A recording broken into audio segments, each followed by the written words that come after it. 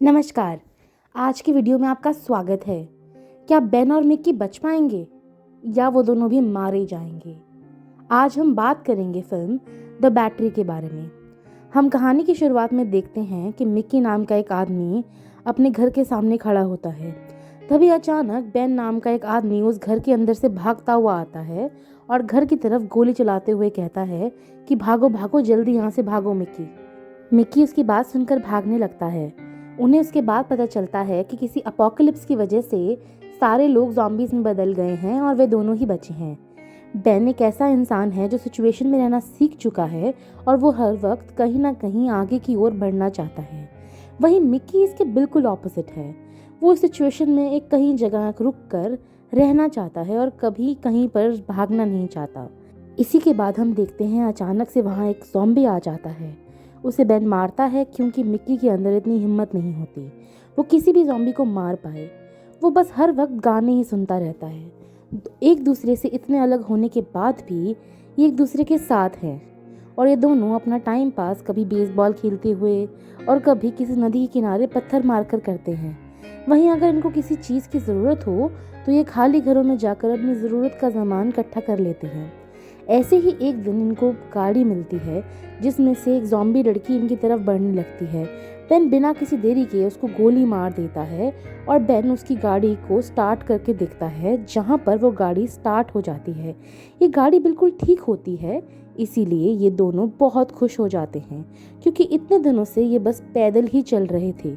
गाड़ी में बैठकर मिक्की बेन से उसकी गर्लफ्रेंड के घर चलने के लिए कहता है, जिसके बाद यहाँ से ये दोनों उसकी गर्लफ्रेंड के घर चले जाते हैं। जहाँ पहुँचकर मिक्की को पता चलता है कि वो लड़की तो कब की मर गई। मिक्की उसके रूम में जाकर उसको याद करना लगता है और सामने शीशे पर उसकी गर्लफ्रेंड की फ़ोटो भी लगी होती है। उन फोटोज़ को देखकर वो काफ़ी इमोशनल हो जाता है और वहीं बैठकर उसे याद करने लग जाता है। उसकी याद के तौर पर मिक्की उसकी एक फ़ोटो और उसके कुछ कपड़े रख लेता है। वहीं दूसरी ओर बेन नीचे काम की चीज़ें ढूंढने लगता है। उसे यहाँ से 2 वॉकी टॉकी, एक पेट्रोल कैन और एक कुर्सी मिलती है जिन्हें वो अपने साथ रख लेता है। वहीं मिक्की को एक टूथपेस्ट मिलता है जिससे वो दोनों अपने दांत साफ करते हैं। इतने में ही बेन देखता है कि गाड़ी के अंदर सोने की जगह भी है। ये दोनों कार में सोने के लिए कुछ चीज़ें डाल देते हैं। मिक्की बेन से अब यही रुकने को कहता है, जिस पर बेन उसे कहता है कि ऐसा नहीं हो सकता। क्या तुम भूल गए कि पिछली बार हम 3 महीने एक ज़ॉम्बी की वजह से घर के अंदर फंस रहे थे। हमको डॉग फूड खाना पड़ा और अब जब खाने के लिए कुछ नहीं बचा तो हमें डॉग को मार कर खाना पड़ा। शायद तुम वो भूल सकते हो लेकिन मैं नहीं, क्योंकि उस डॉग को मैंने अपने हाथों से मारा था। और अगर हमें यहाँ रुक कर मरना है तो अगर हम इस अपोकलिप्स में ज़िंदा रहना चाहते हैं तो हमें आगे बढ़ना होगा। मिक्की ये बात समझ जाता है और बेन की बात से अग्री करता है। उसके बाद हम ये दोनों को देखते हैं कि यहाँ से चले जाते हैं। थोड़ी आगे जाने के बाद दोनों एक जगह पर रुकते हैं जहाँ पर बेन मिक्की को डराते हुए कहता है कि तुम अपने हेडफोन को इतने नहीं पहनना चाहिए। अगर किसी ज़ॉम्बी ने तुम्हें पीछे से हमला कर दिया तो तुमको पता भी नहीं चलेगा। इतने में ही मिक्की बेन को वॉकी टॉकी पर सेल डालकर चेक करने को कहता है, जिसमें से बेन के अलावा एक लड़का और एक लड़की एनी की आवाज़ सुनाई दे रही होती है। वो दोनों आपस में बात कर रहे होते हैं। मिक्की उनसे कहता है कि वो दोनों भी एक तरफ हैं और वो भी इस काफ़ी समय से इधर उधर घूम रहे हैं और हमें एक गाड़ी भी ढूंढ ली है। जिस पर वो वॉकी टॉकी वाला कहता है कि आइंदा इस लाइन पर कॉल करना मत। ये सुनकर मिक्की उसे कहता है कि हम सारे काम करना आता है, हम मछली भी पकड़ते हैं, खाना भी बनाते हैं, हम तुम्हारे बहुत काम आ सकते हैं, प्लीज़ हमें भी अपने साथ यहाँ ले लो। कोई सुरक्षित जगह नहीं है हमारे पास। और पर वो आदमी कहता है कि यहाँ तो पहले ही काफ़ी लोग हैं और हम तुम्हें नहीं ले सकते और आइंदा मुझे दोबारा बात मत करना। साथ ही वो आदमी एनी को भी कहता है कि अगर तुमने इन लोगों से दोबारा बात करने की कोशिश की तो तुम्हारे साथ भी ठीक नहीं होगा। अगले दिन मिक्की फिर उस वॉकी टॉकी से कहता है कि एनी, मुझे तुमसे बात करनी है। जिसे देखकर बेन कहता है कि बस करो, कल तुम दोनों उन लोगों से बात करने की कोशिश कर रहे थे लेकिन वो तुमसे बात नहीं करना चाहते। जिस पर मिक्की कहता है कि मैं इन लोगों को ढूंढ कर ही रहूँगा। मुझको याद है कि इस आदमी ने कहा था कि यहाँ पर पहले ही काफ़ी लोग हैं, मैं तुम्हारे लिए यहाँ जगह नहीं रख सकता। जिसका मतलब ये है कि वो यहीं किसी घर में या फिर होटल में छुपे हो सकते हैं। अब ये दोनों रास्ते पर पड़ने वाले हर घर, हर होटल में चेक करते हुए कि वहाँ पर कोई है या नहीं वो आगे बढ़ते हैं। उसके बाद उनको एक दरवाज़ा खोलते हैं तो उनमें से 2 ज़ॉम्बी बाहर निकलते हैं, जिन्हें देखकर बेन मिकी पर गुस्सा करता है और उन दोनों ज़ॉम्बीज़ को मार देता है। इसके बाद अगले दिन बेन एक झरने को देखकर उसमें नहाने चला जाता है। इस दौरान मिकी कार में लेटा हुआ होता है। तभी एक ज़ॉम्बी लड़की कार के खुले शीशे से हाथ डालकर मिकी को बुरी तरह से डरा देती है। वो तो ऐन मौके पर बेन आकर उस लड़की को मार देता है और बेन मिकी पर हंसता है क्योंकि वो कार के अंदर होते हुए भी ज़ॉम्बी लड़की से डर गया। इसके बाद दोनों फिर से कभी किसी घर की तरफ निकलते तो कभी किसी स्कूल की तरफ निकलते, लेकिन हमेशा की तरह वहाँ कोई नहीं होता। जिसके बाद ये दोनों एक खाली घर में चले जाते हैं जहाँ मिकी कहता है कि वो ऐसे ही एक बड़े घर में रहना चाहता था। वो बेन से जिद करता है कि आज रात वो इसी घर में रुकेंगे। बेन उसकी बात मान लेता है और वो रात इसी घर में गुजारने की सोचते हैं। अब रात में मिकी सोने से पहले फिर से एक बार वॉकी टॉकी पर एनी से बात करता है। वो कहता है कि प्लीज़ मुझसे बात करो, और इस बार एनी उससे बात करती है।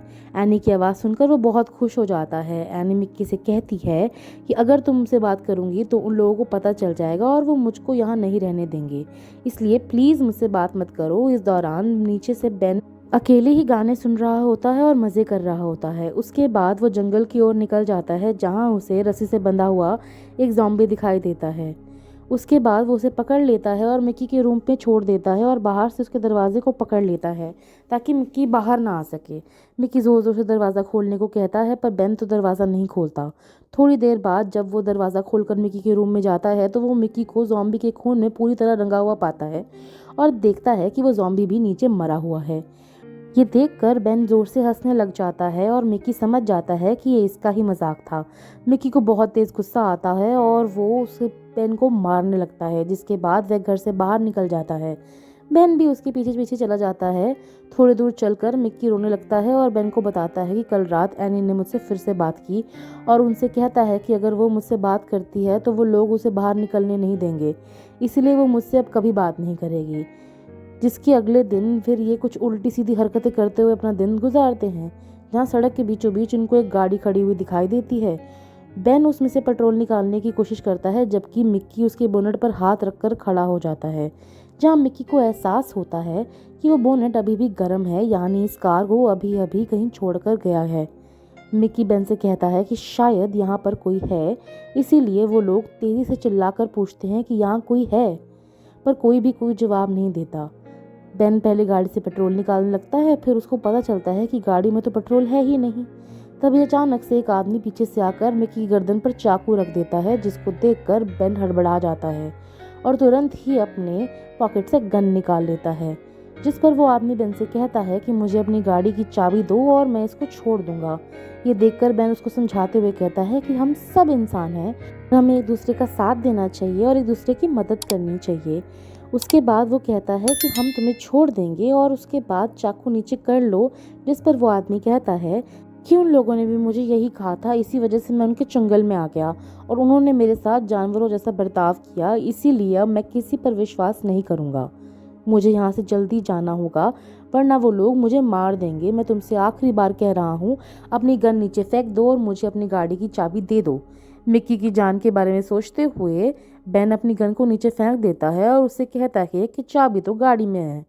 उसके बाद वो आदमी मिक्की को छोड़कर गाड़ी के अंदर जाने लगता है और बेन उसे कहता है कि चाबी मेरे पास है। ये देखकर वो आदमी वहाँ से भागने लगता है, लेकिन बेन उसे गोली मार देता है, जिससे वो आदमी मर जाता है। ये देखकर मिक्की उसको बोलता है कि तुमने उसको क्यों मारा? वो हमारी तरह इंसान था और शायद अपनी फैमिली से मिलना चाहता था। जिस पर बेन कहता है कि मैं भी अपनी फैमिली से मिलना चाहता हूँ। इसका मतलब ये नहीं कि मैं सबको अपने साथ लेकर चलूँ, जबकि मुझको ये पता हो कि वो आदमी मुझे आज या तो कल मार डालेगा, और याद रखना कि उसने तुम्हें मारने की कोशिश की थी। ये दोनों ये बात कर ही रहे होते हैं कि वहाँ पर एक गाड़ी आकर रुकती है।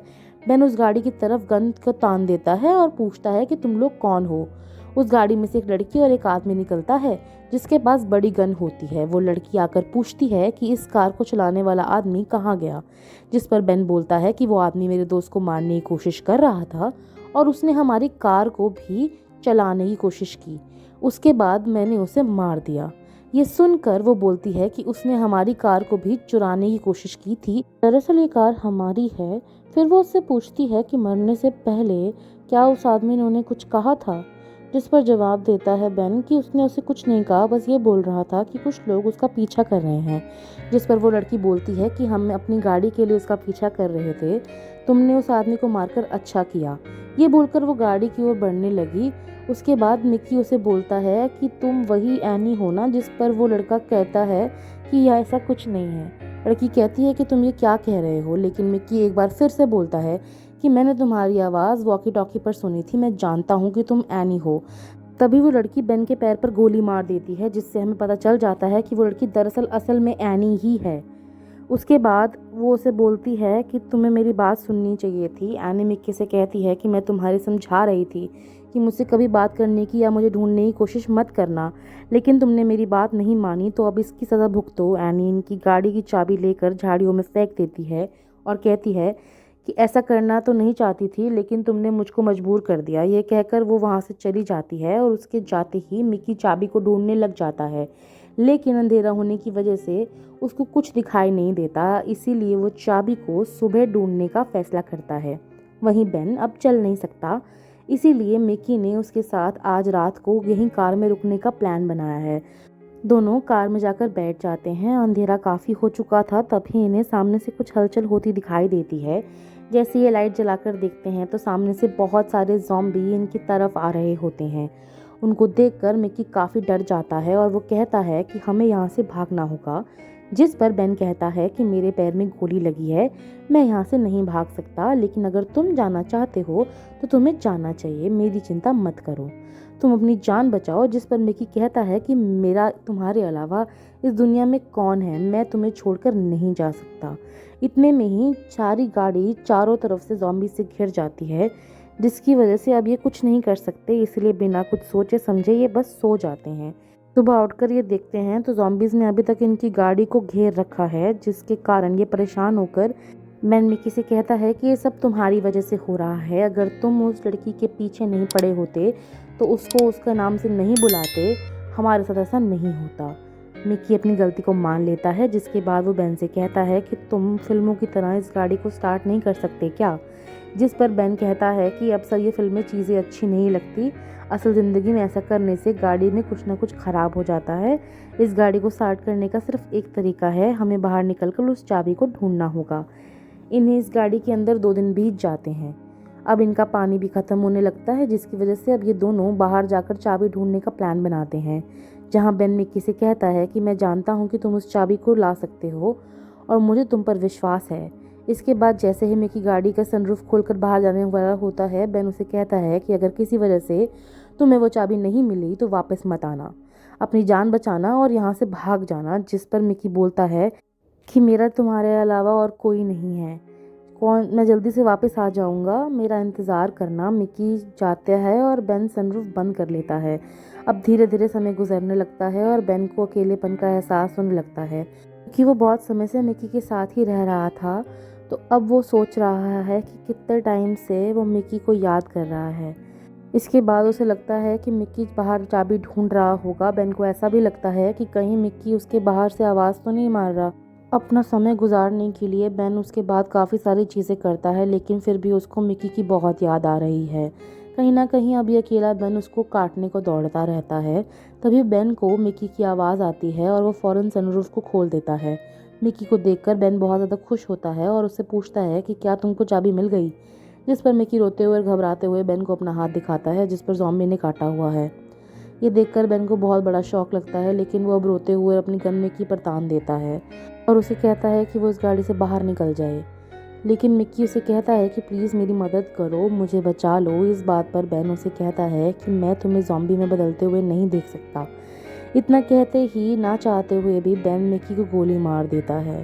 बेन मिक्की को खोने का बहुत बड़ा सदमा लग जाता है, इसलिए वो गुस्से में वॉकी टॉकी को उठाता है और उस पर बोलता है कि मैं जानता हूँ एनी, तुम मुझे सुन रही हो और मैं तुम्हें बताना चाहता हूँ कि मिक्की मर चुका है, जिसकी जिम्मेदार तुम हो। फिर वो उससे कहता है कि पिछले कई महीनों से वो दोनों एक साथ थे। हमने कई सारे ज़ॉम्बीज़ की तरफ से घिरे हुए घर में रहे, लेकिन हमें किसी न किसी तरीके से वहाँ से बचकर निकल गए थे। लेकिन आज तुम्हारी वजह से मैंने उसको खो दिया। अगर मैं आज किसी तरीके से बच गया तो ये याद रखना कि तुम्हारी मौत मेरे हाथों ही होगी। जिसके बाद बेन गाड़ी के पिछले दरवाजे से बाहर निकलने की कोशिश करता है, लेकिन तेज़ धूप होने की वजह से उसको कुछ दिखाई नहीं देता। जिसके अगले पल ही हम उसे सड़क पर चलता हुआ देखते हैं। इस सीन में कई सारे ज़ॉम्बी उसके पीछे चल रहे होते हैं। इसी के साथ हमारी कहानी यहाँ ख़त्म हो जाती है। वेल, ये story survival of the fittest का बेस्ट एग्जाम्पल है। अगर ऐसी किसी सिचुएशन में हम हैं तो हमें सबसे पहले अपनी जान बचानी चाहिए, लेकिन फिर हमें ह्यूमैनिटी के बारे में भी सोचना चाहिए। ये कहानी आपको कैसी लगी हमें ज़रूर बताइएगा। अगर आपको वीडियो पसंद आई तो प्लीज़ इसे लाइक कीजिएगा, चैनल को सब्सक्राइब कीजिएगा क्योंकि ये मुफ्त है। इसके बाद इस वीडियो को शेयर कीजिएगा, कमेंट कीजिएगा। आज के लिए इतना ही। धन्यवाद।